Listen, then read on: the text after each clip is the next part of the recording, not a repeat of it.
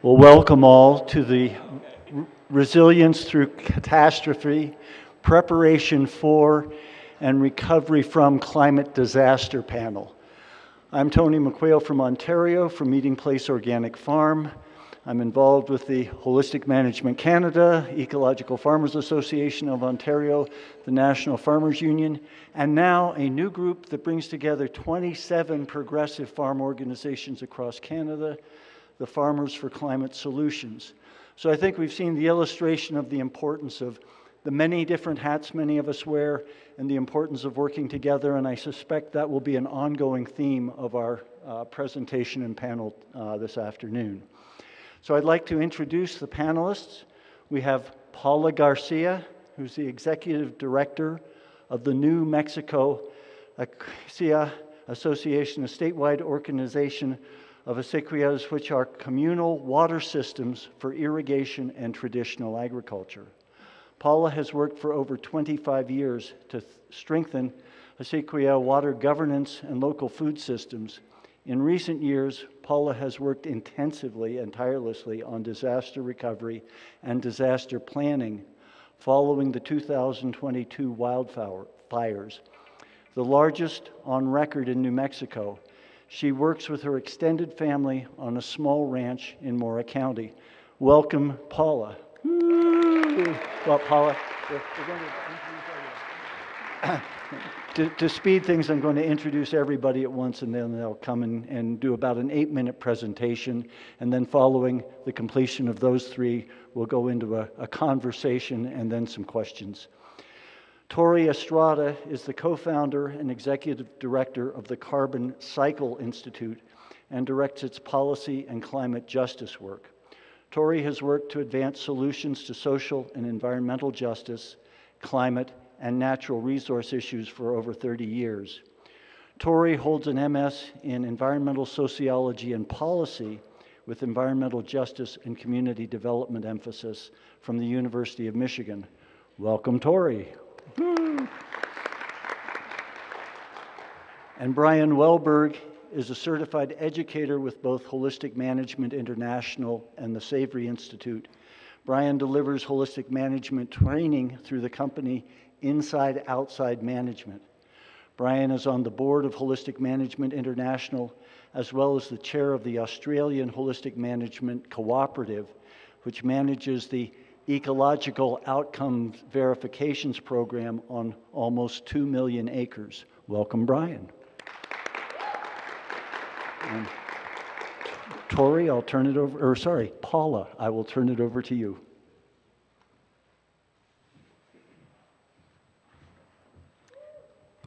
Hey, buenas tardes, les de Dios. Good afternoon, everybody. I'm Paula Garcia, and it's great to be here. And this is an amazing conference. It's my first time. I think some people are surprised to hear that I hadn't been to a Regenerate conference, and I'm absolutely awestruck by the whole thing. I come from Mora, New Mexico, and I'm considered, part of my bio is that I'm raised in part of a small ranch with my extended family, and my goddaughter's with me today, who actually runs more cattle than I do, but my Christina Garcia. And you know, my dad considers me somewhat of a bad rancher, because he said, "Oh, tú te querencias mucho con los animales." He's like, you get too attached to your animals, so it's impossible to generate any profit at our household. So I come to you with that lack of credential about ranching. But I've been working with the New Mexico Acequia Association for over 25 years, and we're an organization that works with acequias, which are the community-based irrigation systems, and we consider an acequia a community. A lot of times we'll visualize an irrigation ditch, but when we use the word acequia in our language, we're referring to the community of people. So you would say, yo pertenezco a la acequia, I belong to the acequia. And the acequia is the community of people. But it's also the waterway that brings water from a common source, a river, ultimately from the watershed, or from the springs that bring water into the Acequia Madre, or the mother ditch, and then it's spread to all the farmland that we irrigate together. And we have to cooperate with each other through the customary practices of the repartimiento, which is a sharing tradition, to make sure that water is equitably shared among the people. So we have a very intimate relationship with our watershed, with our rivers. If you are a mayordomo or mayordoma, you have to understand the way that your watershed behaves when there's snow melt, or there's a rainstorm. And you also have to understand the personalities of your people on your acequia. And you do your best to keep the peace. And we've been doing this for centuries. And it's a beautiful tradition, but I also don't want to romanticize it. It's very challenging, and it keeps you on your toes. And I think that's part of our resiliency, because we're always constantly adapting to developing conditions and parameters. So even in normal, what we call normal times, sharing scarce water can be very challenging. And we're facing the greatest challenges in our centuries of history here in New Mexico. First with mega drought, which many of you have seen the studies about this past couple of years being the worst in 1,200 years. So from my own experience, we've been experiencing some intense drought since the mid-90s. I remember that because I moved home from college to grow gardens. My parents thought I was crazy. I do have an uncle who's in a mental hospital, and they said, oh, Paula's on her way there with Uncle Louis, because he moved home to cut and sell firewood, and then I moved home to grow gardens, and they're like, okay, I think we're seeing a pattern here.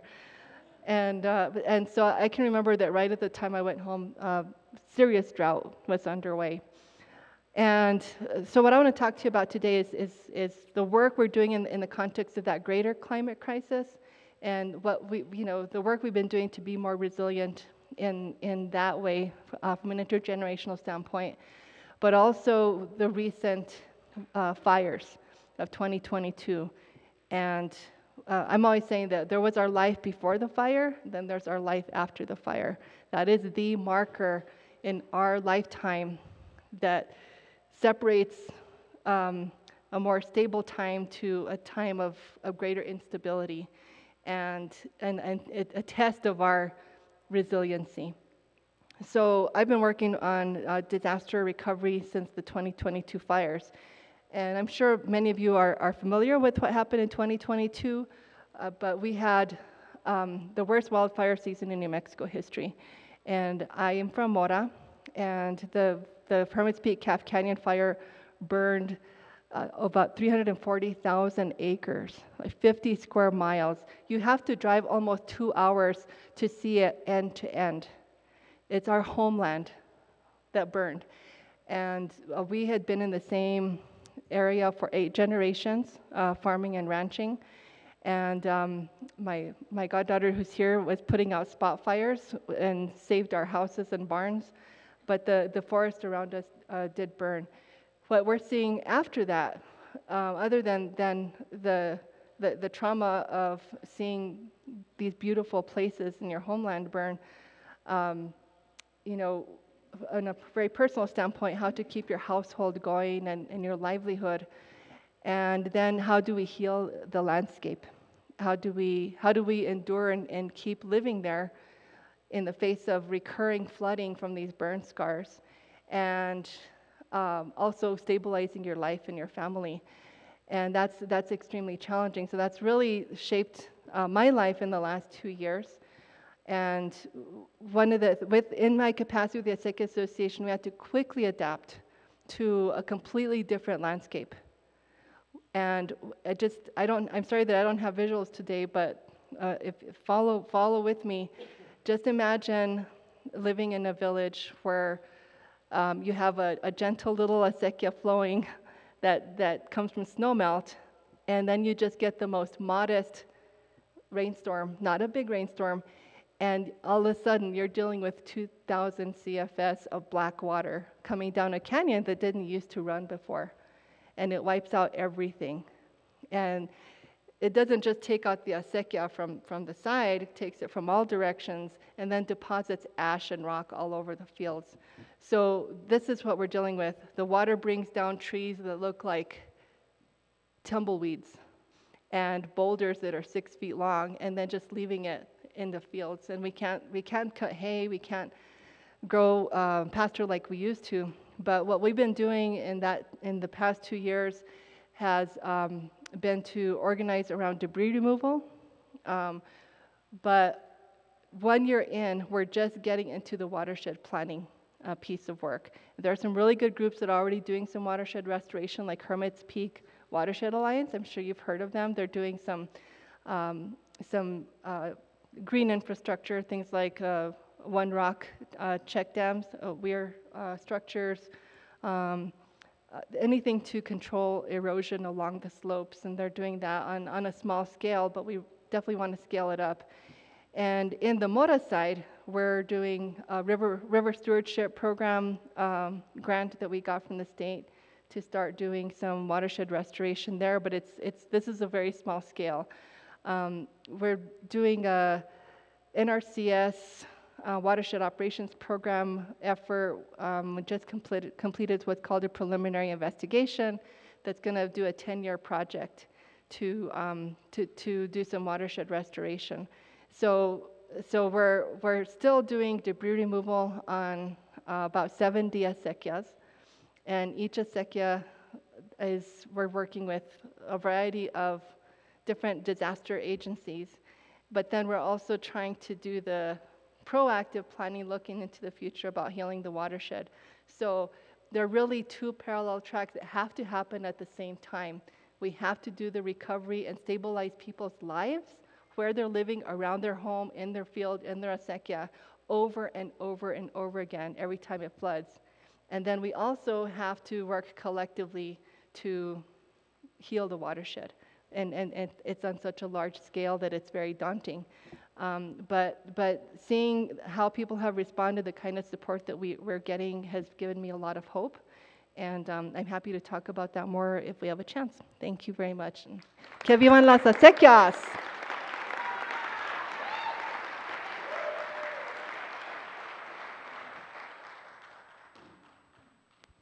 All right.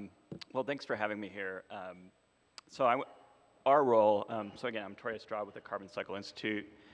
We're based in California.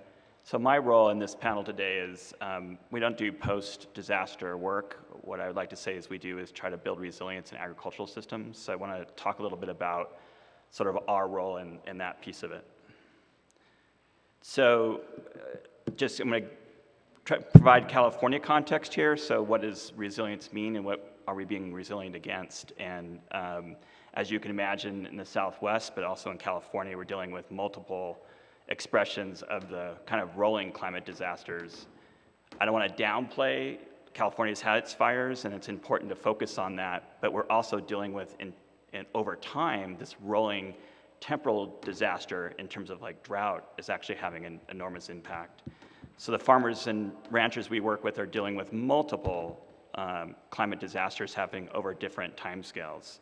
In most of California's agriculture, by any quantitative or qualitative measure, is dealing with a high level of vulnerability. So how do you step into that system and try to humbly build resilience is really the endeavor here. So our role at the Carbon Cycle Institute, and again being modest, is, if I could wrap up what we try to do, is trying to build up the capacity at a local and regional level to respond to the scale of climate disaster, focus on agricultural landscapes.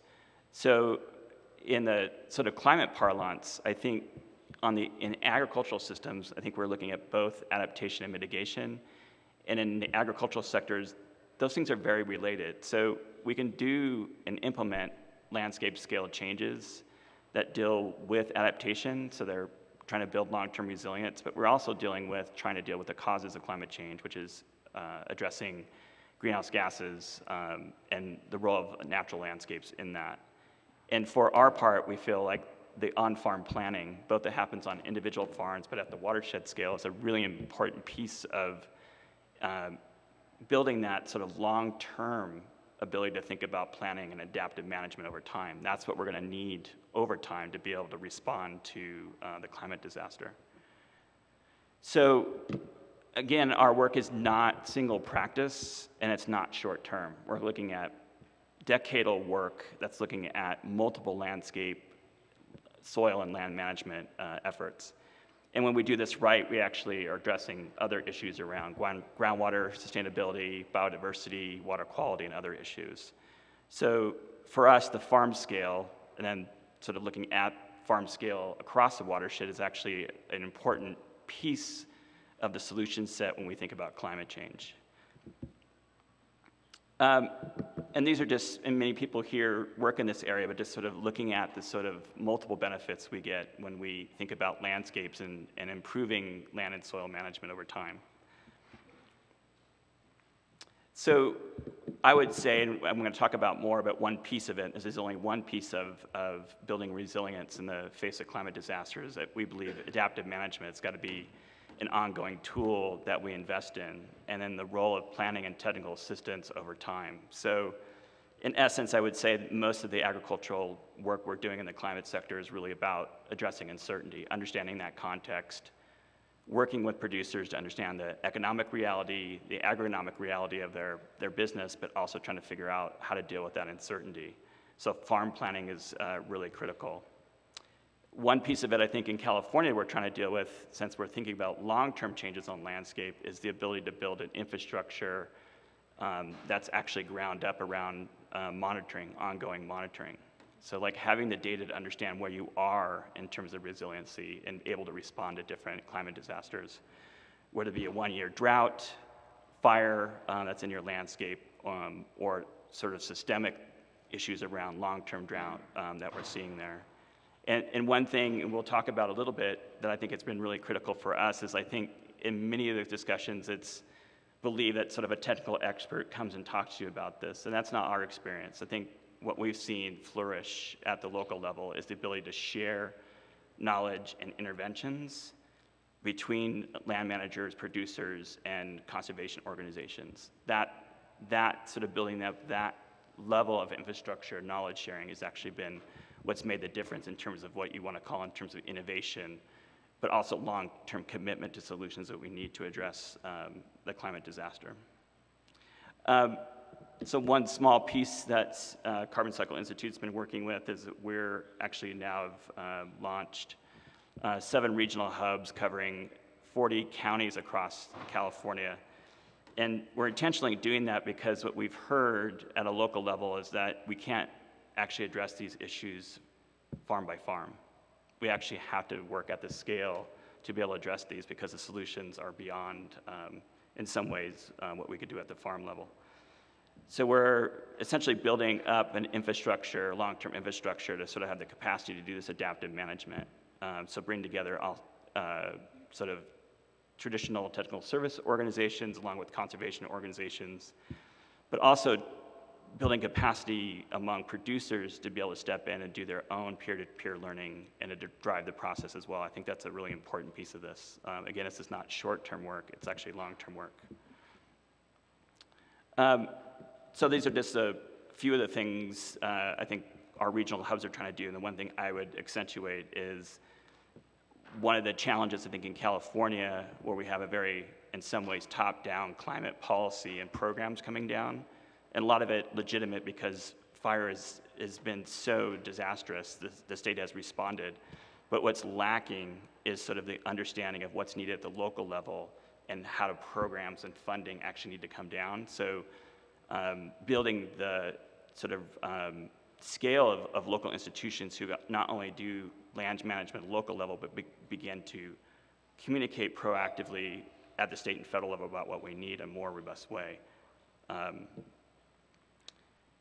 And then one thing I'll hopefully get to talk about a little bit that we're doing, which I think is exciting, and this is really a California context, I hope it will scale, is in California we do a lot of local level climate planning, mostly focused on urban greenhouse gases.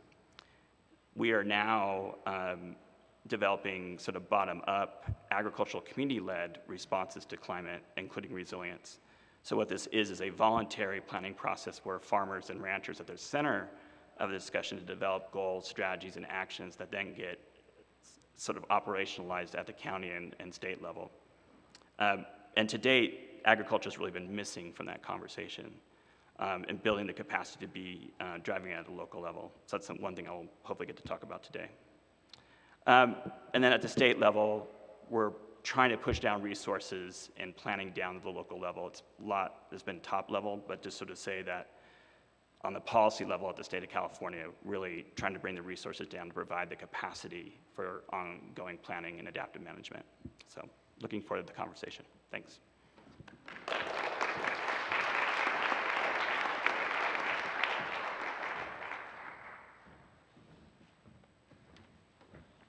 Good afternoon, everybody. Brian Welberg from Australia. Oops, thank you, sir. I think I stage bombed the presentation in Denver last year, and this is my punishment. But thank you very much. I really appreciate the opportunity to come up and have a chat. So I love this little statement on the thing there. Make your visions so clear that your fears disappear. Fear makes us crouch down and freeze. And I think it aligns very closely with a statement that I think came from around here somewhere. I had a dream. And again, we need to make that a holistic dream where we encourage people as well as environment to make that happen. So just for your interest, I'm a third-born Zimbabwean. For those of you, whoops, how do we make it? How do we make the video run?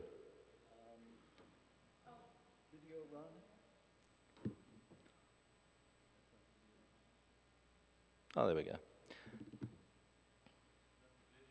Yep.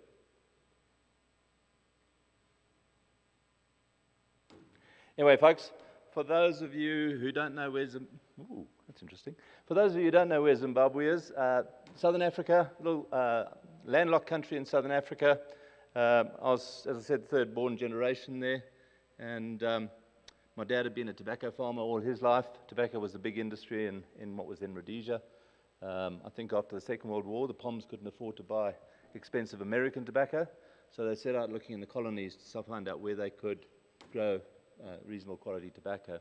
So as a country, we used to vie with Brazil to be the biggest flue-cured tobacco suppliers in the world, exporters in the world. And so it was a very buzzy industry to be in. Can I? Brian, you'll have to hold the mic either close to your mouth. Okay, we'll stand up there. My apologies. Is the PowerPoint working? Oh, okay, cool. We'll skip the video. Yeah, yep. Thank you. You got it? Okay.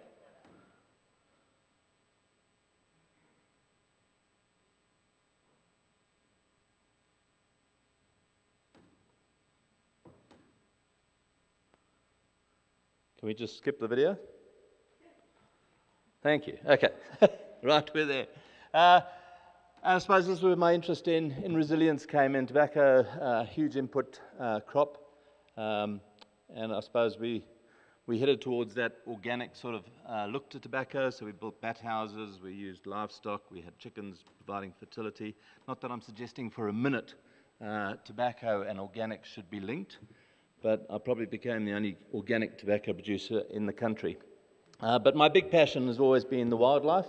So we ended up with 100,000 acres of what we call conservancy, which was wildlife. We operated hunting as well as tourism.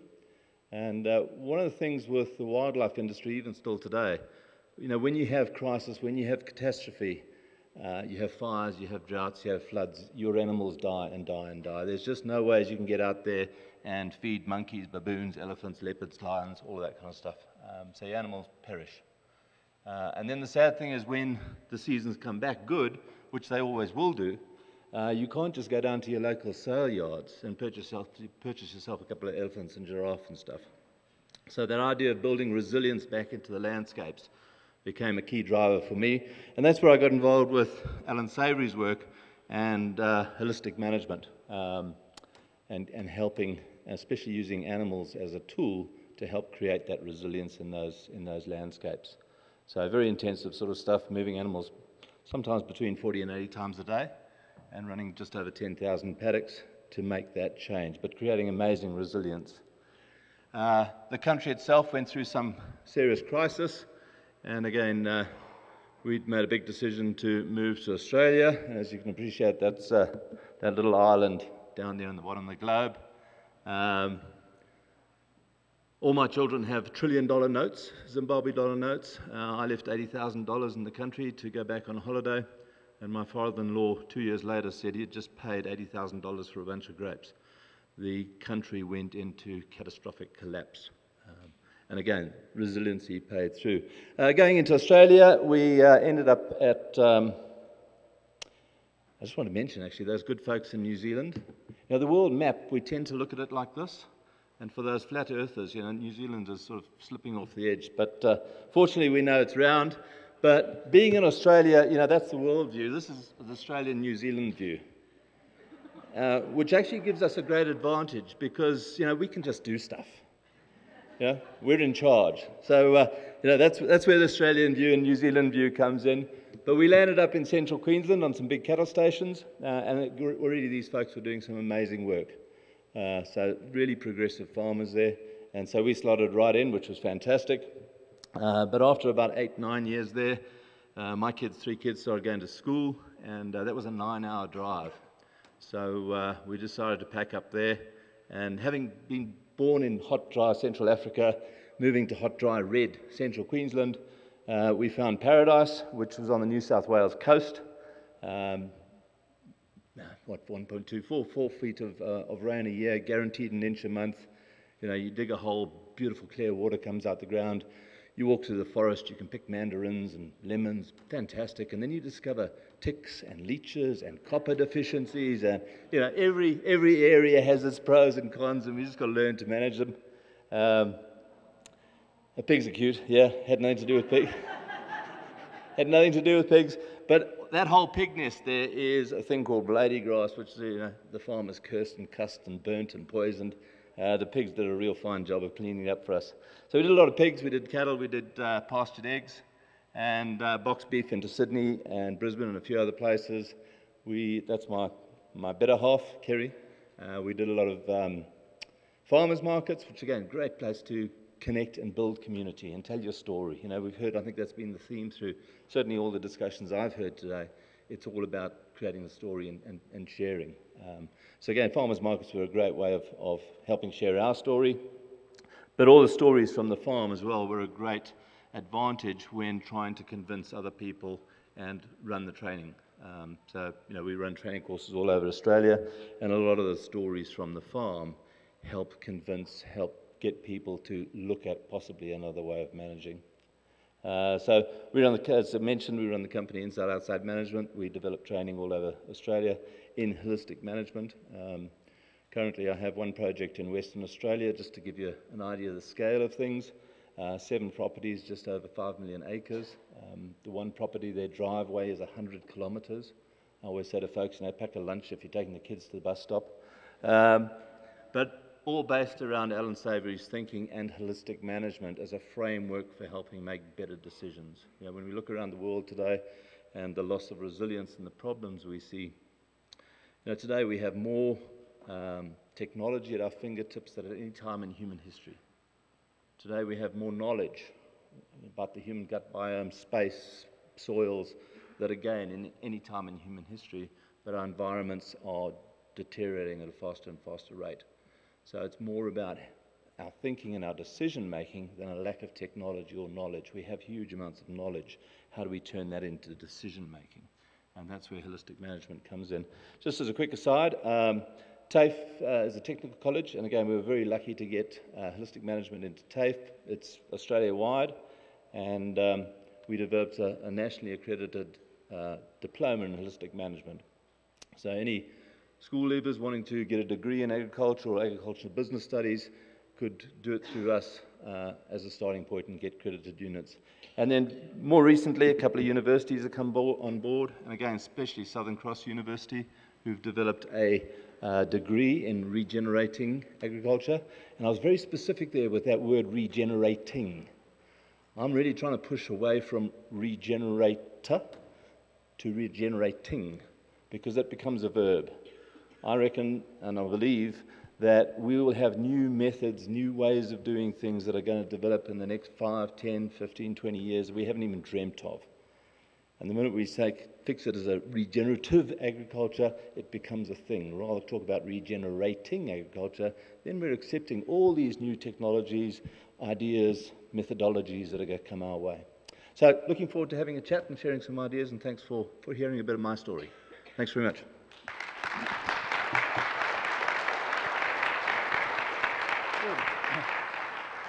Well, Paula, Tori, and Brian, you've all come from places that have experienced wildfires and flooding and that sort of thing, and I'd be interested to know what you see as the things that help a community be more resilient before, and what are the things that really help after those kind of situations.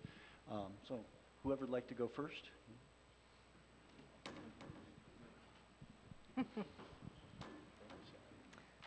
Well, that's the $1,000,000 question. Good question. And I can speak from my own experience. And I've worked, in the past 2 years, on 3 major fires: the Hermes Peak Calf Canyon, the Black Fire, and the Cerro Pelado. And the first thing that we did was because we were not prepared. I'm going to say that right now. I'm not going to pretend that we had any preparation whatsoever. And I take a special responsibility for that because I was a county commissioner for 8 years. And I'm very well aware of the fact that we never did any disaster planning. It wasn't for lack of an intent, but we just didn't have the resources. So there was no disaster planning. And I also want to go further to say that there hasn't been any climate resiliency planning in my area either. So we're talking about a very poor rural area of New Mexico. And New Mexico is a limited resource state overall, but this is a very limited resource rural area of New Mexico. So the first thing I think that we had to do from a land-based perspective, and I'm coming from the agricultural community, from the acequias, is that we didn't even have any kind of formal inventory of the agricultural resources in our 2 counties. There wasn't any geospatial data. You know, I was watching your slides and thinking, wow, that would have been nice. We didn't have any geospatial data other than what was being put together by the Forest Service so we could track the progress of the fire. But it was almost like we were invisible. And we had to create our own maps very quickly. In fact, the fire was it's such a big fire that you could go into an area that was a month old that had already gone out, and there was still a fire burning on this other side. So where the fire was cool, we went in and we are starting to map once it was cool enough. So the first thing we did was map. So that's thing number 1, map. Get your lay of the land, really develop an understanding of what's in your community. And we did that when the fire was still hot and cooling off. I wish we had done it 10 years ago. So if I were to go into a community now and say, look, you're probably going to have some kind of disaster in the next 10 to 20 years, you should definitely map all your areas and understand what you have and what's at risk. And I've learned that there are a lot of analytical tools to understand based on slopes and things like that, you know, where the flooding's going to be worse. There's models that can generate inundation maps.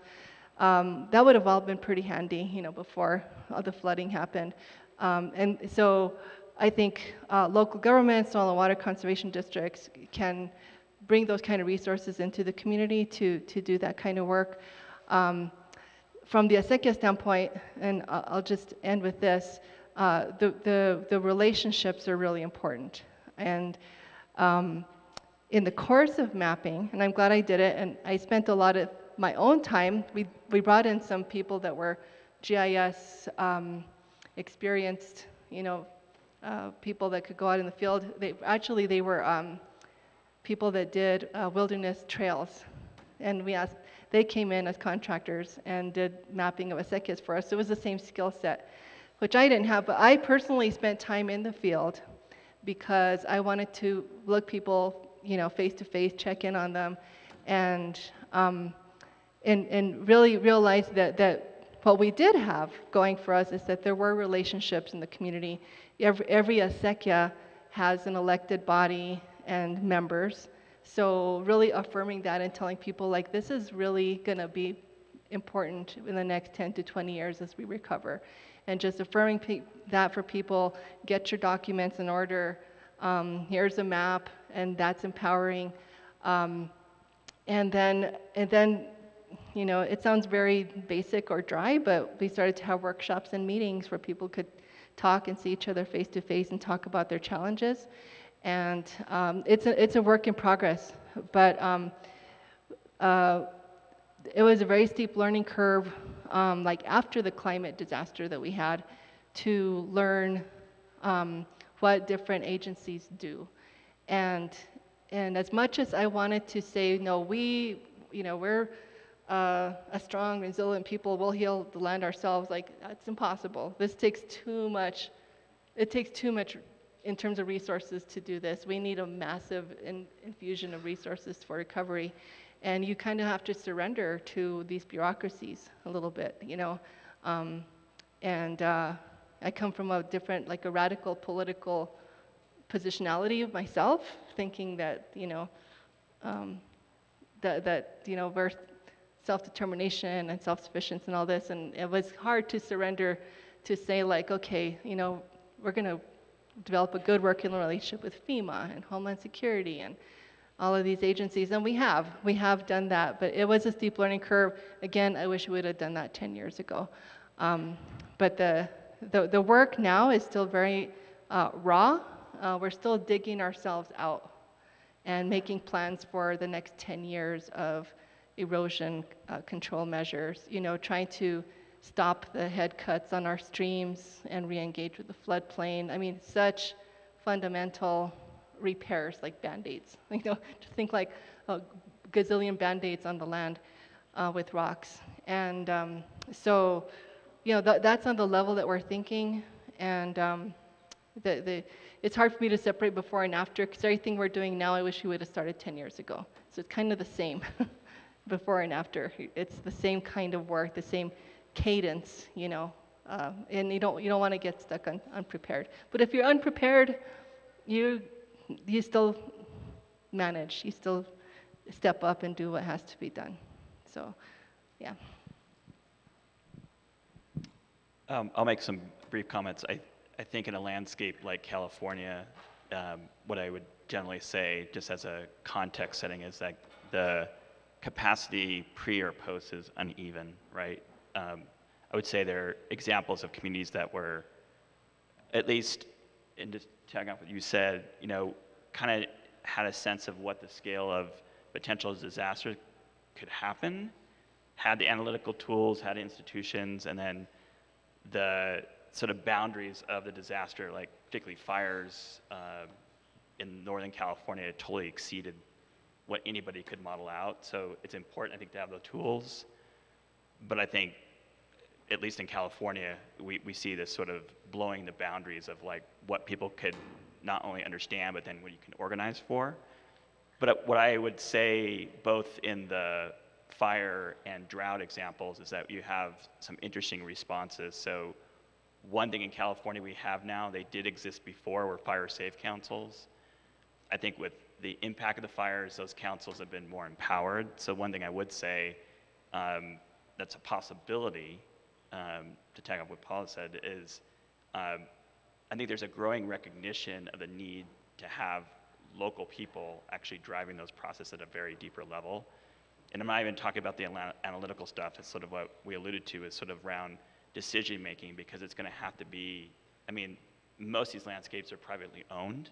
So you have a level of cooperation and a level of decision making, and that can't always be driven by institutions at a higher level. So just an example of fire safe councils, I think, have been a really interesting experiment in sort of not only building technical capacity, but figuring out how to make decision making and who needs to be leading on different efforts. The one other thing I think and I'll end there, that we've learned is sort of, even though if we can be prepared ahead of disaster, and in California we have long-term planning also around drought, so these are not responding to specific necessarily disasters, but sort of long-term planning. We have a lot of programs around that. The one thing I think we're really struggling with is sort of like post-disaster, the lack of infrastructure, even plant material, planning, workforce to actually do the restoration work.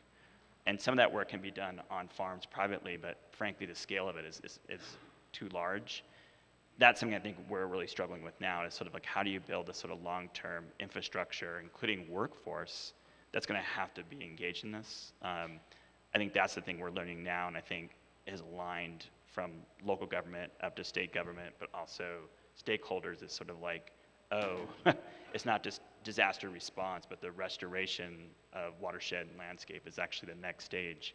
And we're not really organized for that. We actually don't even have the capital for that at the scale that we need to be thinking about. So just a few comments there. Thanks, Tony. I think I'll just focus on community for a while. I think most farmers go farming because they don't want to talk to people. But at the end of the day, your biggest asset, I think, as a farmer is your neighbor. And we like to think our fences and boundary fences are some kind of barrier. Holistically, we know that's not true. Birds, bees, mice, all those kind of things float through your fences, as well as sometimes your livestock. And again, so having a good relationships with your neighbors is critically important. If I said to folks, who would invest in a town where everybody was 90 years old and an accountant? You wouldn't be very resilient, and it'd be a short-lived sort of investment. So again, what can we do as individuals to encourage community? Not just community with nature, but community within the humans. And we need that diversity of community. So again, having a vision of what that looks like for yourself and your family will help drive your decisions to create a community that has resilience. Because when you go through a catastrophe, there probably won't be a medical service for you to call on. There may not even be a chemist shop, a pharmacy down the road. It's going to be the neighbor who comes along, and hopefully they can stitch you up at the end of the day when you have something catastrophic strike you. So, being really proactive about building community within your neighbors, your networks, is a really great way of creating resilience. And all around the world we see those communities that have good social connections within their community are the ones that survive catastrophes every time, hands down. So what can we do to be proactive in helping create those communities? Because I think technology in a large way has severed a lot of those links. I know in Australia, you go along to a cattle sale, and in the old days you'd go to the pub afterwards and have a couple of beers with your mates and tell stories. The law doesn't allow us that to happen today, so everybody goes home and carries on working. We need to be proactive about building community if we're going to generate social resilience in the landscape. Well, Brian just pulled into something I wanted to do to the audience, which is to ask a couple questions to you as we go on here. And that is, I'd like, as you've been hearing this and thinking about it, what you as individuals or teams going back into your community can do when you get home to strengthen that community around your individual property as part of the move to resilience.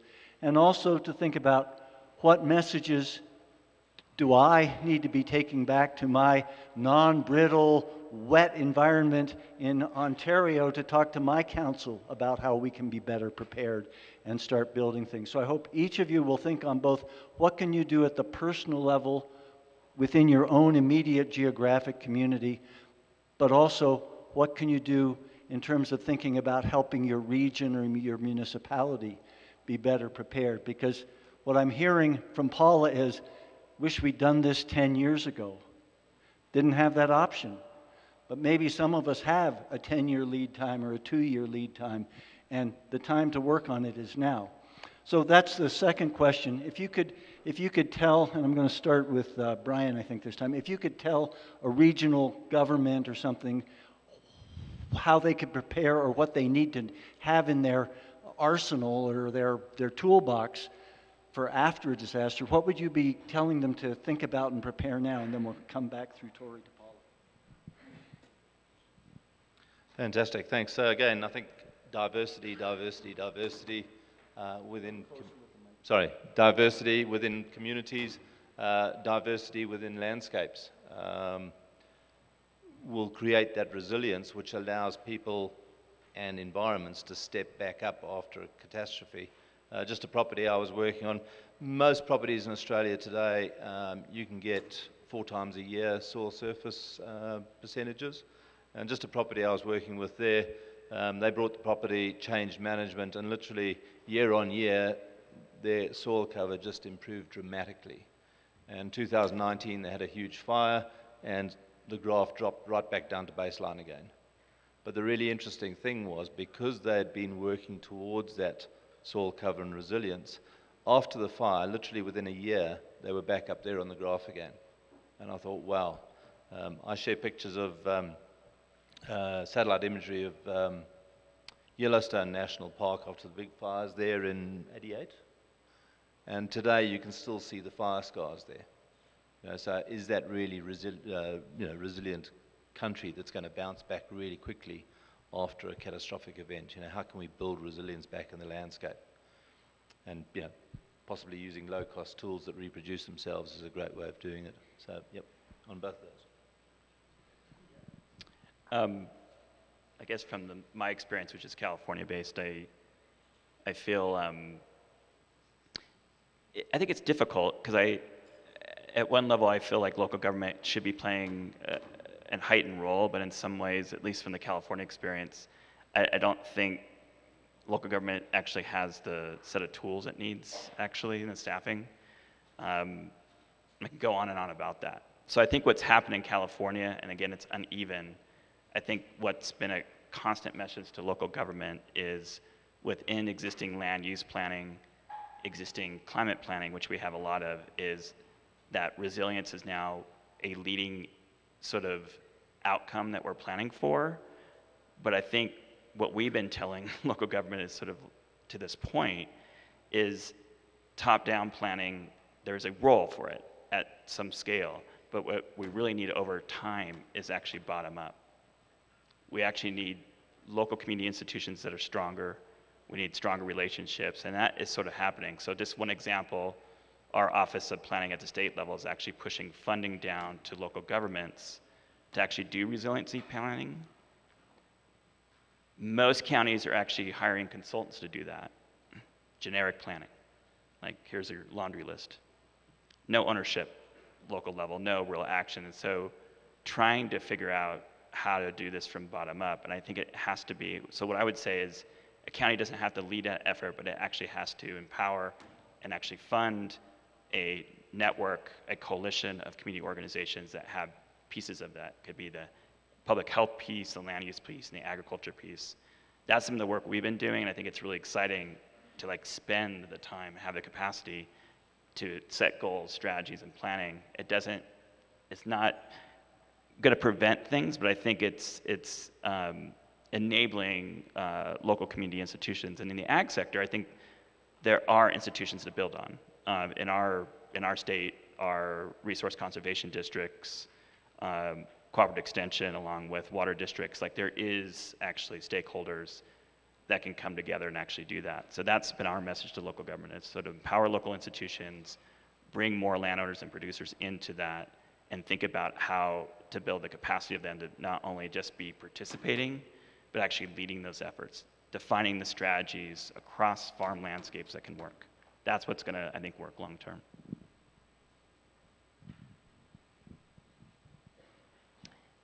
I think from my experience, we're still we're still in shock. So it's hard to look at that question objectively, like, well, what should you do post-disaster? But I can tell you that a lot of what's been said so far really resonates with me about the importance of bottom-up and building capacity. And at least in a place like Mora and San Miguel County, Um, those institutions don't have the capacity to do this type of work or to think on this kind of scale. We're dealing with like landscape that's multi-jurisdictional, and in my experience, the counties had their hands full just dealing with roads and bridges. And I saw it all. Like, I kept a journal. I can tell you, like, first you had this Forest Service bear team come in, burned area emergency something. And you learn all these acronyms, you have to learn the acronyms. And then this other team came, incident command team came in. That came and went. And this whole time you're getting dizzy. You're like, okay, this is the structure. We're going to latch onto this. And it comes and goes, and then we're still there. The community's still there. And so I would just say it's really good, keep up with those things, but they're sort of distractions. We spent way too much time chasing those little pieces of top-down government kind of mandates. They're written into law, these things happen, but they don't have an impact. They result in a report or a document, and that didn't help us. What did help us was guys with backhoes, guys with tools that went out and helped their neighbors. That's what really made the difference in our communities. And with the acequia example, again, we're still doing debris removal. That means we're still digging out. We're still digging out from ash and sediment and woody debris that's coming down off of what used to be a forest. And the partnerships that we've created, we've had to get very creative about being open-minded and not being like, well, no, FEMA is too bureaucratic, forget them. Like, okay, we can use the money, FEMA, but can we spend it the way we want to spend it? And that was what we had to do. And I feel like we made progress. It sounds very Pollyanna, but because we had a governor who was very supportive. I want to do a shout out for Michelle Lujan Grisham, our governor, because she stood up for Mora. She said, you know what? There is no way these Mora County acequias or the county or any institution in Mora can pay for their recovery up front and get reimbursed. So the state had to step in and say, we're going to front the money, and we trust these people. They're trying, and we're going to make sure that they get some resources up front without red tape, and then the state's dealing with FEMA. And or whatever program, USDA emergency watershed program, these kinds of things. And in every instance, we have had to build, so we had to have some collective effort and understanding of how we wanted the work to be done. And then we had to earn the trust of government officials to say, hey, these are people from the community, they have a plan, let's take a chance on them. And so I feel like we're able to, tweak these programs around the edges enough with some wiggle room to make them work the way we need them to work.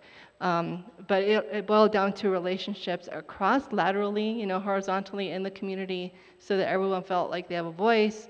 But then we also had to learn how to navigate with agencies and build relationships there. They're just people too, And a lot of these FEMA or NRCS people, that's their passion project, These people love disasters and trying to be of service. And so kind of seeing people for the human beings that they are, wanting to be of service and saying like, well, hey, we're in the same boat. Let's try to get some work done here. So that's where we're at right now. But it took a lot of good faith on all sides, multilateral. Thanks, Paula. How much time do we have? We're pretty well out, right? 2 minutes? Okay. Well, one of the things I'd like to say in listening to it is we often say when we're teaching a course, you are the expert on your farm. You can get experts coming in also, but you're the expert, you're the person there on the ground. And I think we need to also take that message back to our communities. We are the experts in our communities. And thinking about starting to think like a watershed, not just a farm in a watershed, but how do we link those things up? Because in hearing what you're saying, I think one of the things I feel so positive about regenerative agriculture is that if we strengthen our farm ecosystems from the ground up in terms of soil health, and then we connect that beyond our fence lines with our neighbors and build that kind of resilience, we'll hold water better during regular rains or torrential rains, which reduce flooding risk, but it also means we've got more moisture in the soil after a fire disaster, and those deep roots and adventitious buds can come up much more quickly. So, to me, not only is community important, but the health of the environment. And does that resonate with you? You just have to put up your hands because we're out of time to give you all a chance to talk. But does that make sense in terms of, and it's a positive thing that we can do now that benefits us as landowners, but that will also benefit us as communities if down the road we are the unfortunate people that FEMA wants to rush in and help because they love disasters. No, don't come visit me, please. But, that aspect of strengthening what we have now to be better prepared both at the community level but from the soil up. But does that resonate? Does that work? You're going to make audience participation. Is there a difference between the environment and people? No. So we have to do both. Do them all. Yep, and you're right. They're all interconnected. Okay. Anyone last words? And let's wrap it up. Do we have time for questions? Okay. Questions from the audience. Go raise your hand and grab a mic. All right, I see some people. Okay, my name is Brian Hummel. I actually work for the Environmental Protection Agency. I've done a lot of work for FEMA.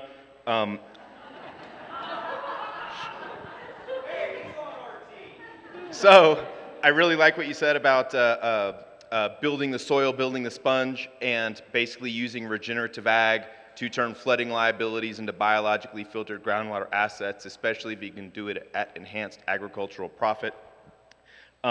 You had mentioned some of the things that you would suggest for a community to do beforehand, and that I really think you just need to have your vision. Have your vision written down, have your vision that the community accepts, and then be ready to cut and paste. So when those RFPs come out for funding, you just cut and paste your vision into the format that the grants, need, and put as many hooks in the water as possible. Find the people in your community that, are reasonable at writing grants, and give them tasks and say, write this, because the money's going to be there and our government's going to spend this once-in-a-generation investment, and we're going to spend it on good projects or bad projects.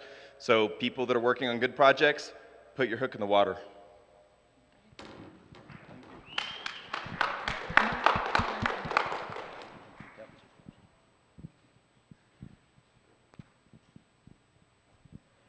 Thank you for sharing, Guy here, fellow Australian, so good to see you up there. I've got a question. You all touched a little bit on what to me is like institutional congestion, where you've got those big structures that are bound by red tape.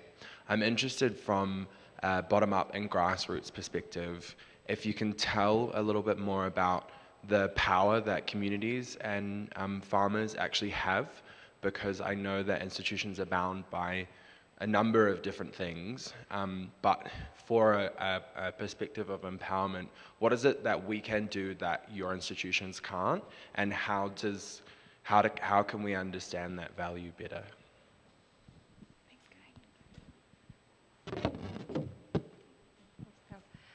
I think I understood the question, and one thing I haven't mentioned that I think we'll touch on your question a little bit is the importance of advocacy. That you have at the grassroots level, landowners, the farmers, ranchers, people who own forested land and all of that, who of course can do a lot of things on their own and their own land and across fence lines with their community to improve resiliency. And when a disaster happens, I think that if you have to organize after the disaster and build, common ground and understanding about how you think this response should be going better in recovery, it's going to be hard to, you can organize in a crisis. Sometimes the crisis is the impetus that gets people to organizing, but if if there's already structures in place or potential to have a collective voice, that way a lot of what you'll have to deal with is communicating to these larger structures that have their constraints. And if they're hearing 100 different farmers saying 100 different things, they're going to just resort to their top-down ways of doing things. But if collectively you can come up with alternatives that are realistic and kind of can work within their constraints, or give them some options for how they can go a little bit out, color outside the lines a little bit, they're much more likely to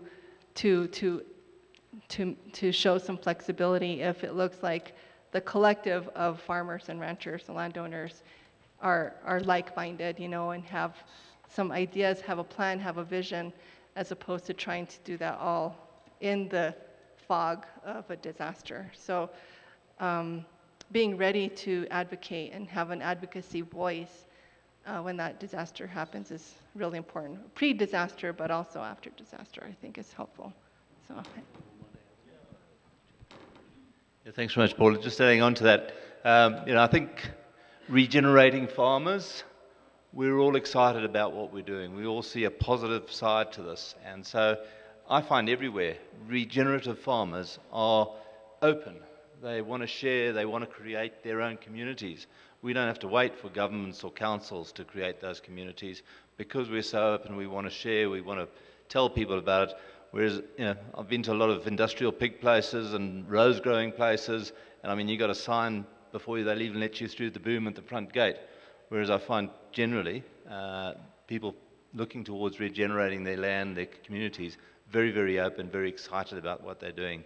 And so they build their own communities very quickly.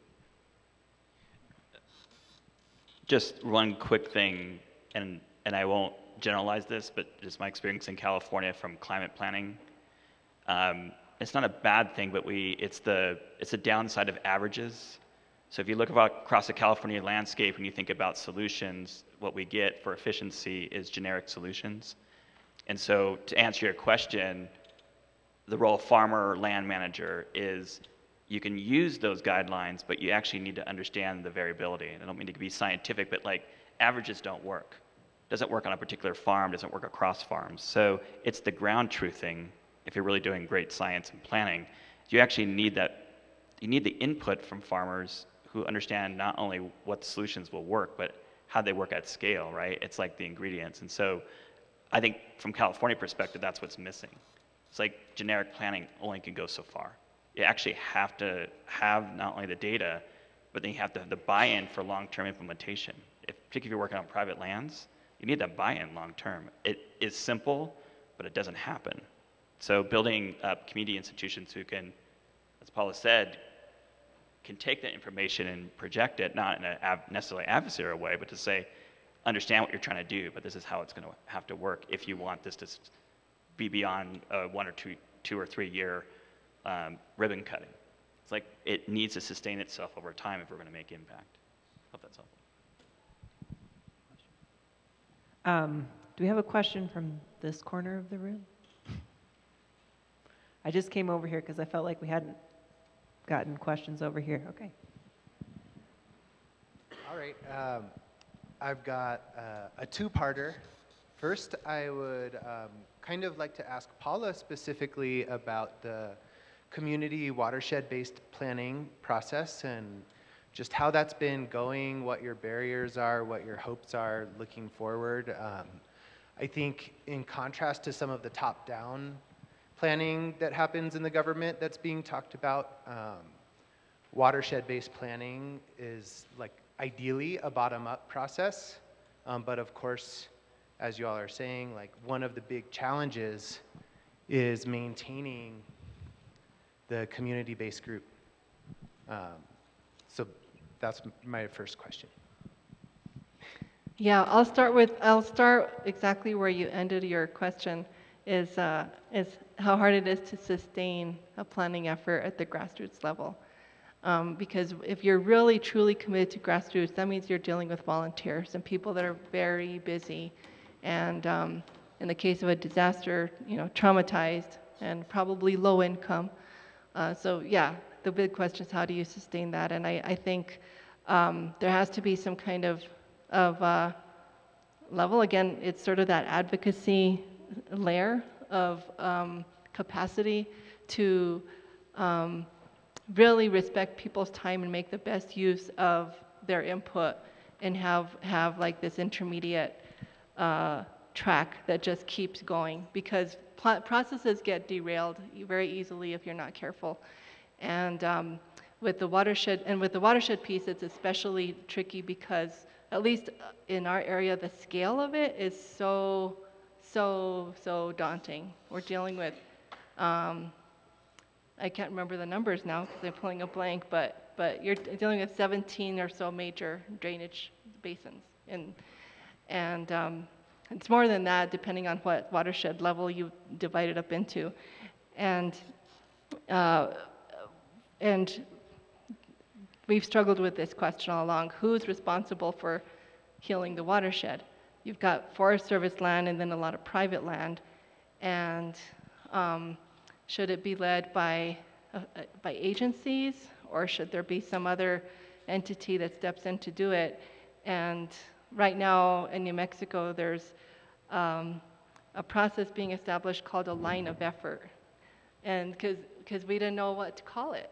And I say we, the collective, everybody, we like, okay, it's not a task force, it's not a leader, it's a line of effort, and somehow like we're gonna be in that line somewhere and not necessarily overthink who's in charge of a particular piece, because it's still in a formative place for everybody. You just want all hands on deck.